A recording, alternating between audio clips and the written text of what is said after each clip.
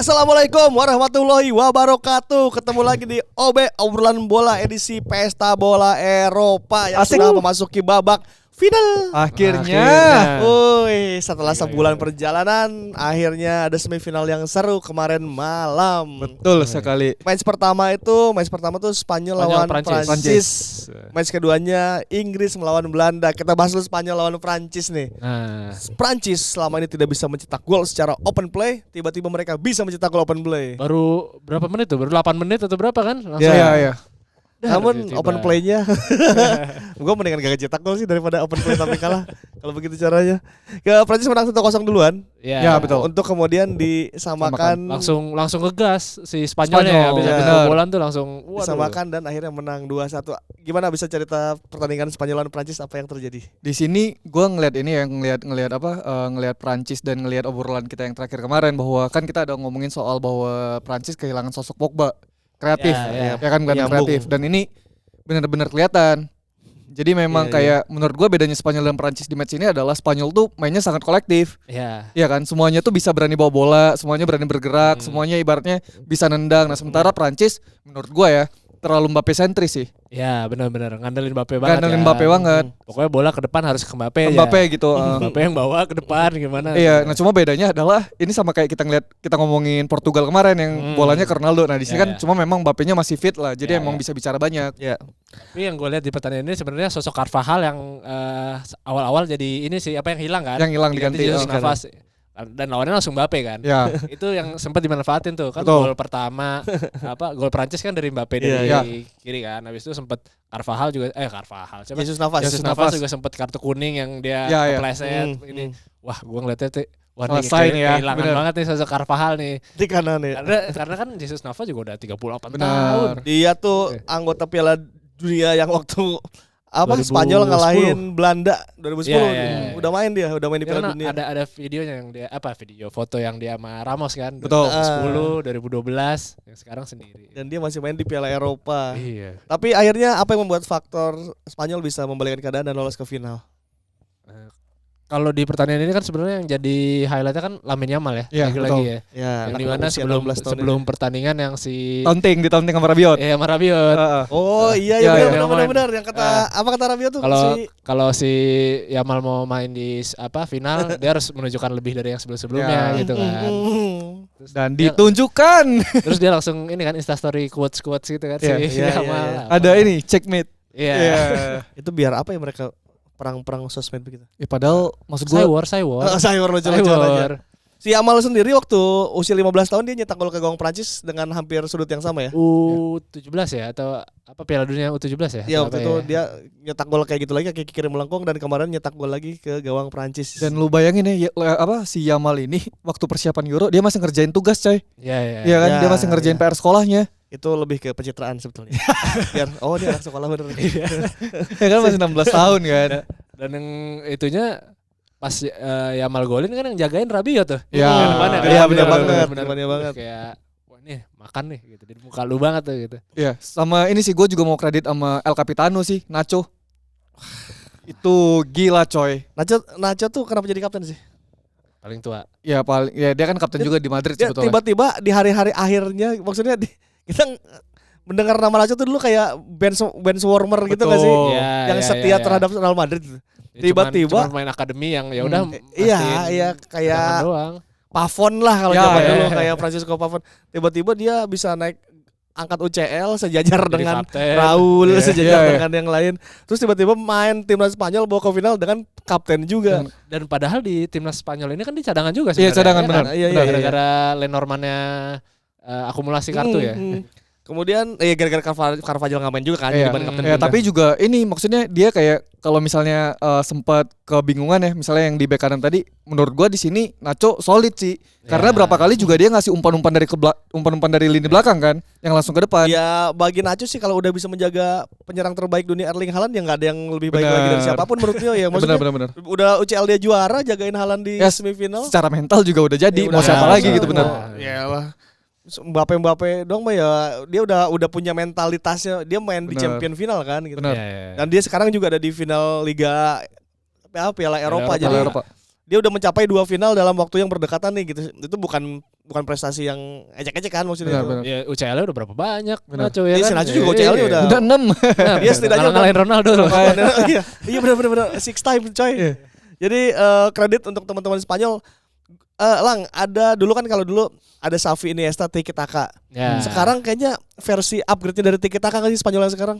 Sebenarnya kan sempat kemarin-kemarin tuh Spanyol kan sempat regenerasi ya dari yang Tiki Taka itu tuh 2010 2012 tuh sempat hilang kan 2016 2018 kayak lagi pemainnya udah gak ada lagi, karakternya udah hilang. Nah makanya di Spanyol mengangkat pelatih yang sekarang, gue lupa namanya siapa lah. Tapi itu pelatih dari akademi.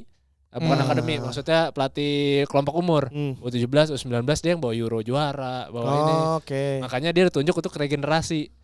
Karena dia anggap dia yang tahu pemain-pemain yang dari bawah usia muda nih ya, dia dari U23-nya, U19, U17. Nah, itu yang dia bawa ke sini. Walaupun pemain-pemainnya enggak ada yang sosok superstar ya. Ya benar. Kalau dulu kan banyak superstar, Xabi Alonso, Busquets, Torres ya. Kalau sekarang kan siapa Morata depannya gitu kan. Tapi dia memunculkan nama-nama seperti Nico Williams, Lamine Yamal. Padahal tengahnya Olmo, ya kan. Dan juga ada Rodri yang selalu konsisten gitu-gitu. Jadi makanya dia bisa memanfaatkan pemain-pemain yang antara yang udah lumayan berumur sama yang masih muda-mudanya nih, generasinya lah. Lumayan berumur, kelas-kelas mediocre. Iya. Ya kan maksudnya, tapi jadi satu kekuatan yang bagus. Iya. Siapa yang dari awal Euro ini prediksi Spanyol juara? Ada menurut gue benar. Ya pasti Prancis, Inggris, Jerman, karena tuan rumah benar. Pun Inggris pun difavoritkan ya. Kalau Spanyol kayaknya di tier 2-nya deh gitu. Ya karena di catatan sebelumnya kan Spanyol memang tampil jelek. Iya. Jadi kayak orang kayak Spanyol ini mungkin lagi masih turbulensi lah. Tapi kan mereka tuh juara Nation League kan maksudnya. Tapi siapa yang nonton sih Nation League kan maksudnya kayak disepelekan itu kan cuma friendly match diglorikan aja gitu kan sebenarnya. Ada satu kejadian menarik ketika selesai pertandingan, Alvaro Morata diselengkat tidak sengaja. Lagi-lagi loh itu. Ini sering banget kejadian. Kenapa Alvaro Morata kayak punya jinx yang kayak gitu mulu dah? Padahal dia kaptennya loh. Iya, dia kapten utamanya benar-benar. Dia juga emang lagi nggak ngelihat apa-apa kan tiba-tiba set security. Iya, kan waktu itu Portugal juga gitu. Benar. Ya kan, Gonçalo Ramos atau apa di sliding. Ini sampai enggak tahu kan diragukan tampil katanya. Diragukan ya semoga bisa main lah ya maksudnya. Aduh, kalau cuma gitu enggak apa-apa, enggak ada Morata. Ada Jose Lu coy. Wah, itu kan. Aneh kalau sampai Jose Lu main terus Jose Lu tuh orang yang selalu datang di waktu yang tepat. Kayaknya yang dimainin bukan Jose Lu juga sih. Oyarzabal ya. Ini ya untuk Yamal juga kita kasih kredit ya. Dia 16 tahun. Ada foto yang ikonik, jadi Yamal lagi selebrasi ke benchnya menyambut dia semua gitu, kayak anjing lo emang top gitu. Wah itu. Iya. Habis golin. Nah ini sih menurut gue yang gue sangat kayak kredit ya untuk Yamal. Dia pede, jadi dia tuh selalu bisa untuk dan berani untuk bawa bola. Kan kebanyakan pemain muda apalagi masih belum 17 tahun ya, kadang mungkin agak ada takut-takutnya kali ya untuk dribble segala macam. Nah, sementara pemain-pemain mudanya di Spanyol ini berani untuk itu. Makanya kalau tadi lu ngomong tiki-takanya agak berubah ya dengan kehadirannya si Nico Williams dan Yamal sih buktinya, karena mereka umpan mereka berani dribble. Iya, masuk ke dalam. Nah ini yang sedikit membedakan lah benar. Ada dribblingnya. Kalau dulu emang passingnya jago semua emang. Ya kan kalau dulu kan kayak passing buka ruang kayak gitu kan. Ya lebih ke cari ruang benar. Nah kalau sekarang ada dribblingnya ini sih. Yang menurut gue yang agak jadi istimewa lah bagi Spanyol. Perancis juga kayaknya ini akhir dari generasi emasnya mereka ya. Apa gara-gara nggak ada Pogba aja? Kalau ada Pogba kayaknya masih bisa ketahan. Ya sebenarnya bingung di lini tengahnya ya. Ya benar. Ya kayak kemarin yang gue bahas, maksudnya tengahnya ini petarung semua, nggak ada yang membawa ke depan. Kreatif. Gitu. Nggak ada yang kreatifnya.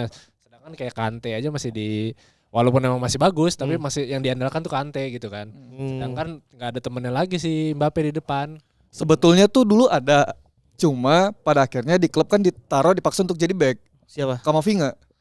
Oh, dia udah. Tapi Kamavinga juga bukan tipe yang kayak mengalirkan bola. Iya, dulunya awalnya dia kayak disuruh jadi gelandang kreatif kan. Cuma memang karena waktu itu ada turbulensi di Madrid, akhirnya dipaksa untuk mundur ke belakang. Karakter juga memang bukan kan kalau yang pengalir bola itu harus yang agak-agak flamboyan lah gitu. Iya. Itu yang membuat akhirnya Griezmann sama Mbappe juga tidak terlalu bisa berbuat banyak ya di waktu lawan Spanyol Griezmann dicadangkan loh. Iya lagi Rabiot. Iya lagi benar. Iya, itu juga kayak Griezmann ini enggak kayaknya juga lagi. Dan Mbappe pun ngomong kan dia merasa di Euro ini dia nggak main bagus. Ya makanya kenyataannya begitu. Kalau di Piala Dunia kan soalnya dia main bagus. Main bagus banget waktu Piala Dunia ke final. Ya secara track record kan emang Euro bukan ininya Mbappe kan. Benar. Bukan apa mainannya Mbappe lah, bukan. Jadi itu Perancis akhirnya harus mengakui keunggulan Spanyol di Deschamps dan kawan-kawan anak buahnya di Deschamps. Walaupun Deschamps tetap akan dipercaya sampai 2026 kan, ya karena kalau secara prestasi bagus-bagus aja kok. Piala Dunia juara Piala Dunia, final Piala Dunia lagi. Final Piala Dunia, semifinal Piala Eropa, artinya bukan catatan yang buruk juga gitu. Iya. Emang mungkin masih penasarannya di Euro ya. Dia kan terus tuh di Euro. 2016 karena kalau secara waktu dia jadi pemain dia tuh dapat semua tuh. Iya, 98 sama 2000 ya. Dapat kapten lagi. Kaptennya dia yang kapten Zidane. Kapten Zidane. Deschamps itu pemain legend banget lah waktu itu. Kemudian match selanjutnya setelah Inggris melawan Spanyol ada Inggris lawan Spanyol lawan final. Spanyol Prancis ada Inggris melawan Belanda. Ini juga seru. Nah, ini sih kaget karena golnya sama-sama di menit awal lagi. Iya kan? Iya. Langsung terbuka. Iya.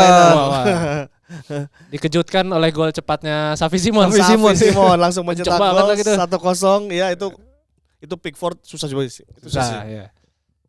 Si Xavi Simon nyetak gol untuk kemudian disamakan oleh legenda Tottenham Hotspur. Itu penalti enggak? Itu dia. Penalti enggak? Itu nempelnya gimana tuh, Bos? Kalau gue baca-baca di Twitter ya, katanya tendensinya memang foul karena ngejaga pakai pull kan, nge-stop kaki pakai pull, itu yang ngebuat itu foul. Kan terus gue juga banyak yang berargumen seperti ini, maksudnya kalau itu terjadi di luar kotak penalti, pelanggaran nggak? Ya, pelanggaran. Kalau di luar kotak penalti nggak pelanggaran. Jadi anggaplah sih itu emang pelanggaran.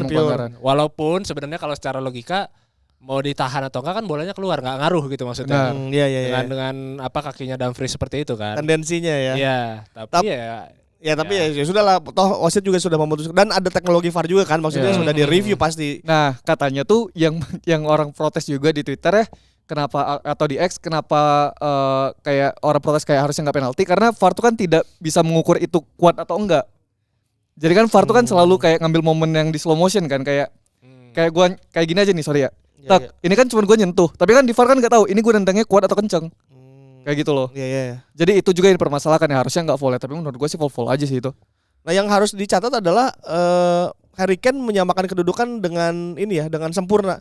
Itu kan momennya momen susah ya, deg-degan. Terus Harry Kane memang sebagai penalti taker yang sudah bertahun-tahun dan kita tidak pernah meragukan dia dalam adu penalti dan tendangan penalti sih tetap menyelaksanakan tugasnya dengan ujung banget loh gitu. Iya, padahal udah dibaca kan itu kan. Gue tadi pas ini, wah dapet lagi ternyata gol. Dan apalagi kan dia sempat momen buruk yang di Piala Dunia kemarin tuh yang Prancis yang penalti keduanya gagal. Cuman artinya Harry Kane sebagai kapten timnas dia menunjukkan mentalitas bahwa oke, kita bisa comeback setelah 0-1. Iya. Dan ada keputusan brilian di menit-menit akhir ketika siapa yang masuk? Watkins dengan Cole Palmer. Itu dua jokernya master kelasnya Southgate. Terus gue sih sempat bertanya-tanya, anjir kok ditarik sih Ken, maksudnya. Iya. Lu kan udah kapten nih, nyamain. Kapten, maksudnya lu lagi butuh gol, yang ditarik Harry Kane, maksudnya menit itu juga menit 80-an kan. Lu wanti-wanti kalau sampai perpanjangan waktu gitu kan. Tapi atau bahkan adu penalti gitu. Iya, tapi membuktikan gitu. Jadi satu umpan Cole Palmer yang bagus banget itu membelah lautan. Wah, itu sudutnya juga sudut aneh. Sudut gak mungkin sebenarnya itu passing. Kalau itu Harry Kane, mungkin menurut gua enggak di shoot tuh. Oh iya, lagi benar. Keeping lagi sekali benar. Gitu tuh. Apa dibalikin lagi, dicari dan lagi. Dan itu Watkins juga enggak tahu tiba-tiba dia kayak pengen nge-shoot. Enggak. Itu sudutnya nggak mungkin juga dia nge-shoot di situ. Tapi kalau misalnya lihat Watkins ini kan sebetulnya gol yang sering dia lakukan kan bersama Aston Villa. Gol ibaratnya Watkins ala FPL ini. Iya, Watkins ala FPL. Emang dia tuh kayak kalau dapat bola kayak gitu lihat deh gol-golnya. Sering kayak gitu. Jadi mungkin dia kayak pas dapat momennya kayak ya udahlah. Jadi sekarang kalau misalnya kita bilang Southgate miskin taktik dan bagaimana, cuman dalam beberapa kesempatan Euro ini dia masukkan Ivan Toney dan terbukti. Dia masukkan Oli Watkins dan terbukti, artinya dia secara pengetahuan dan kedalaman tim dia tahu apa yang dibutuhkan untuk tim ini harusnya ya. Betul. Secara teoritisnya seperti itu kan. Kemudian kalau secara fakta ini final Euro keduanya si Gareth Southgate. Iya. Sven-Göran Eriksson tidak bisa melakukan itu. Fabio Capello tidak bisa melakukan itu. Dan itu beruntun lagi kan? Beruntun ya, back to back dan 2024. Ya kan? Artinya Southgate ini memang ada sesuatu yang mungkin kita tidak paham soal Southgate gitu. Kodam ya dia. Kodam ya. Kalau misalnya hoki lu nggak mungkin hoki-hokian masukin Tony bisa berimbas. Lu masukin Cole Palmer sama Watkins berimbas itu kan butuh pengetahuan mendalam soal tim itu gitu. Tapi yang kalau menurut catatan gue ya, itu maksudnya perbedaan striker-striker yang dibawa dia gitu loh. Kemarin kan sempat diragukan kenapa Rashford nggak dibawa, Grealish betul ya. Yang dibawa malah Watkins, Ivan Toney, sayapnya juga Eze, Cole Palmer gitu-gitu kan.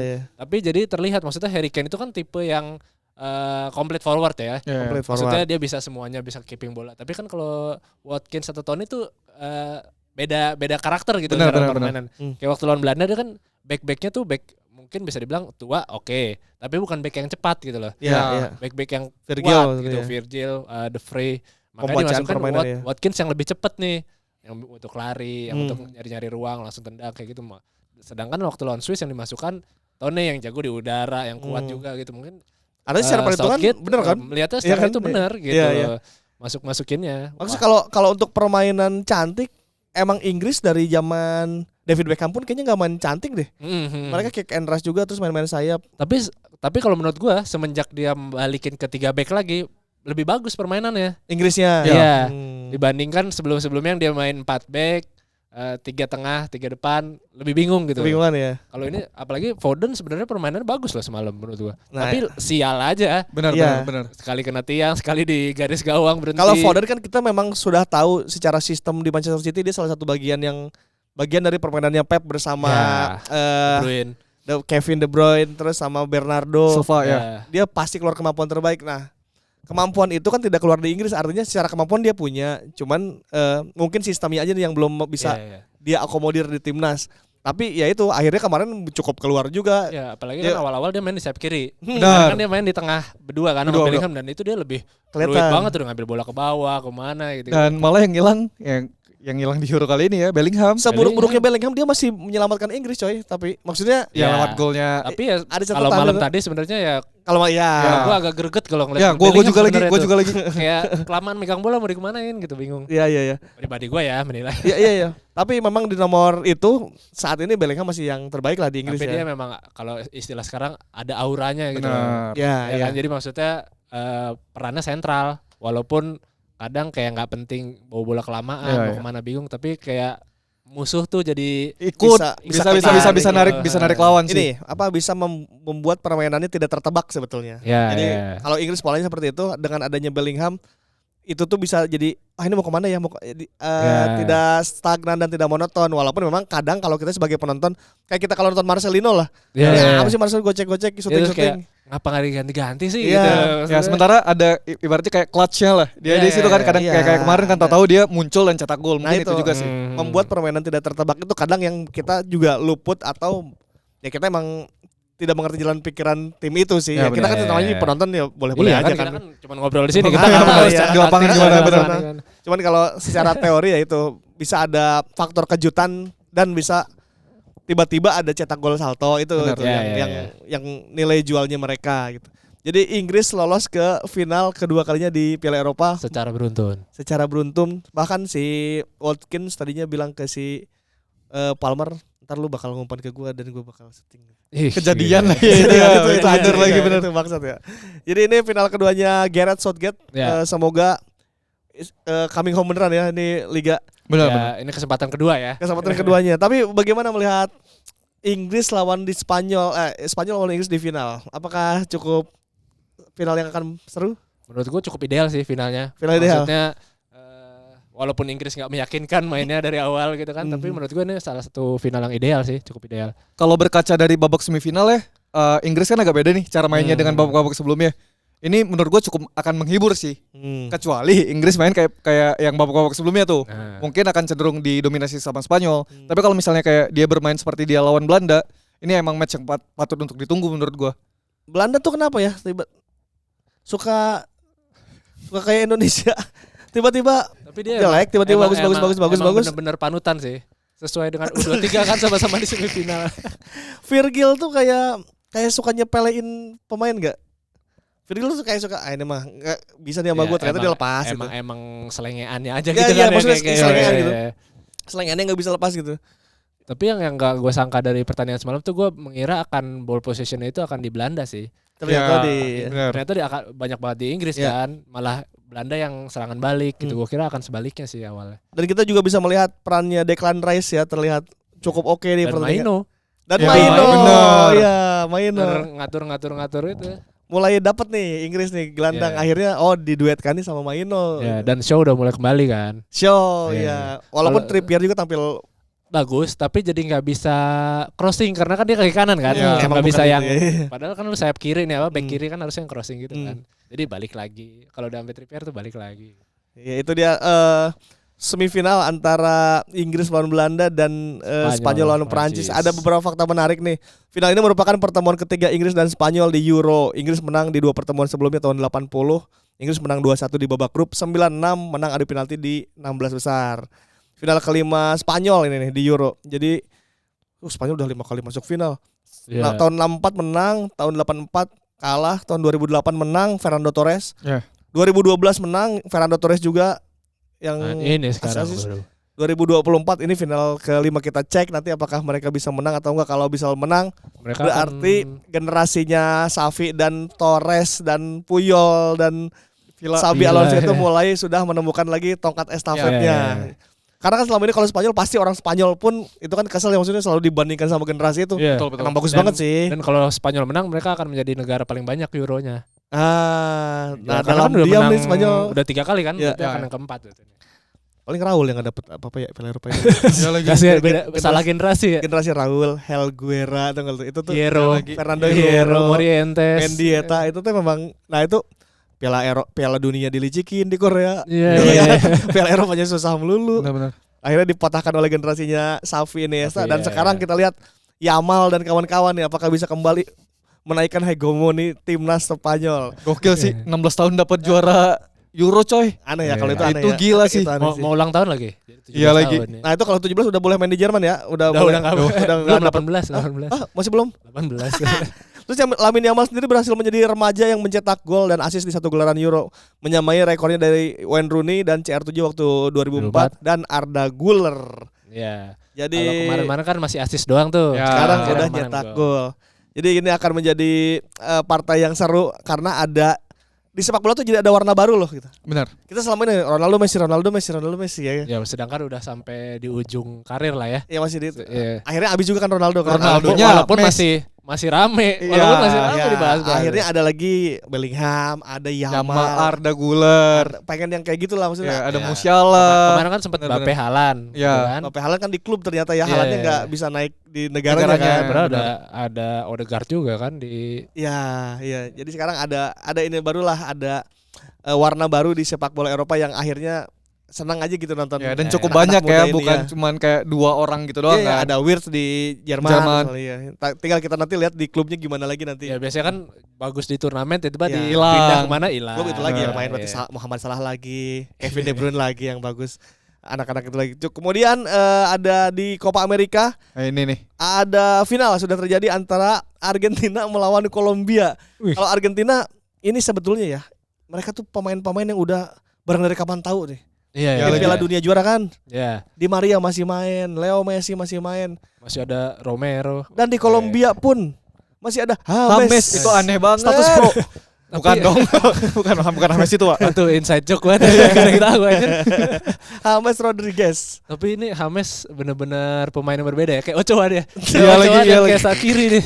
Kita bahkan enggak tahu James main di mana sekarang. Di klub Brazil di akhir-akhir maksudnya kan. Enggak nonton kan lu main James Rodriguez. Ya kayaknya orang kebanyakan ngikutin James terakhir di Madrid. Abis itu kan ya udahlah entah kemana kan. Masih inilah. Ya, Munchen gitu. Tapi setelah itu kan enggak tahu tiba-tiba ada James di Copa America ini dia udah 6 assist. Nah, itu tuh. Udah terbanyak. Benar tuh. Jadi akan ada final, apakah Messi akan kembali mengangkat piala? Kayaknya kalaupun nggak angkat piala Messi juga udah selalu aja karena udah beres juga. Amerika juga udah pada dapet. Iya kan, jadi tapi secara teman-temannya pasti masih. Mungkin ini juga jadi turnamen terakhirnya kayak Di Maria itu udah selesai ya. Di Maria udah mengumumkan kan ini akan jadi selesai kan. Itu manusia diem-diem bagus juga ya gelarnya oke ya, petualangannya di Eropa dia dapat Liga Champions. Udah tamat coy itu karirnya di sepak kan? bola juga bener. Di Maria tuh kayak di bawahnya Ronaldo, Messi tuh ada bahkan di bawahnya yang tapi gitu. Dia nggak dapat Premier League di MU. Waduh. Padahal nomor 7 ya. Iya. Tapi secara gelar akhirnya dia bisa pulang kayak Carlos Tevez lah gitu. Tapi Carlos Tevez balik ke Benfica lagi gitu kan. Jadi dalam diamnya Di Maria tuh punya karya gitu dalam hidupnya. Kalau pulang tuh kayak ntar cucu-cucu lu tuh abah dulu juara ini ya Piala Dunia, iyalah gitu. Sama Messi. Oh, apa temannya Messi? Gitu bisa bicara cerita. Iya, pernah main sama Messi, pernah main sama Ronaldo. Iya, dia tuh bisa di Argentina bisa dengan slow gitu menikmati hari-hari tuanya. Jadi itu ya 2 pesta bola di prediksi dulu dong sebelum habis. Prediksi. Yang pertama Inggris Spanyol dulu. Kalau gua pinginnya Inggris.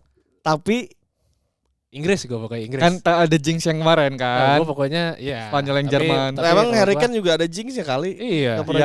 Iya. Ini kalau nggak juara lagi Harry Kane bunuh diri pasti dia sih. Enggak bunuh diri juga anjir. Dia kalah mulu itu stres banget sih kalau nggak juara lagi sih. Inggris Spanyol gue. Oke, kalau gue pengennya Inggris. Gue pengen Inggris. Nggak tuh, gue tuh pengen melihat warga Inggris tuh mendapatkan sesuatu dari sepak bola gitu. Yeah. Liga mereka terbaik dari dulu pemain-pemain terbaik. Tapi kalau di Eropa kayaknya warga Inggris tuh kayak di musuh bersama gitu loh. Fans Inggris ya. Rame-ramenya doang gitu loh kayak nggak ada yang pengen Inggris juara gitu. Makanya gue pengen Inggris juara, tapi kayaknya Spanyol. Kan Spanyol paling dari awal tuh paling meyakinkan. Iya. Paling nggak punya celah, nggak pernah kalah, nggak pernah seri. Dan komposisi skuadnya juga oke banget. Iya, walaupun memang tidak yang skuad berbintang mewah ya, tapi balance cukup gitu loh bro. Oke, Copa America Argentina. Kolombia. Kolombia. Gua Copa America sebetulnya nggak peduli tau lihat main bola, gua lihat berantemnya. Iya. Kalau gua lihat tackle, war. Tadi juga rame banget lagi Nunes coy, gila wah. Sampai ke tribun. Iya, disamperin. Itu tuh gua tuh lihat tuh intrik bodoh lah yang menang siapa tapi seru aja gitu. Benar. Itu kayak lihat Liga Indonesia tuh. Seru yang prak. Jadi respect buat tensi dan intensitas di Copa America, kita respect, pertahankan. Karena lumayan terlihat beda ya cara main tradisinya antara Amerika dan Eropa gitu. Kelihatan. Nah, untuk sobat sporty juga pantengin IG-nya Sport77 official karena gila. Ntar ada update dari Berlin bagaimana suasana kota Berlin. Lihat ini pas ini tayang udah berangkat ya. Udah lagi. Dicek aja lah IG story Sport77 official. Just tip. Nanti ada yang mau just tip langsung DM aja. Udara dari Jerman kan kelihatan asap. Nah, itu. Bisa di IG story. Oke, orang lagi musim panas. Oh iya, summer juga ya. Oke, kalau begitu selamat menyaksikan final. Selamat menjadi bagian sejarah menonton final Piala Eropa dan Copa America. Betul. Nanti kita ketemu lagi setelah Copa America, akan ada Piala Dunia berarti ya sekitar 2 tahunan lagi. Iya. Jadi abis itu enjoy di klub lagi lah biasalah. Kalau begitu terima kasih sudah menonton OB ini. Ripan Praduta pamit. Mozaik Alisandar pamit. Sampai jumpa di OB edisi selanjutnya. Assalamualaikum warahmatullahi wabarakatuh.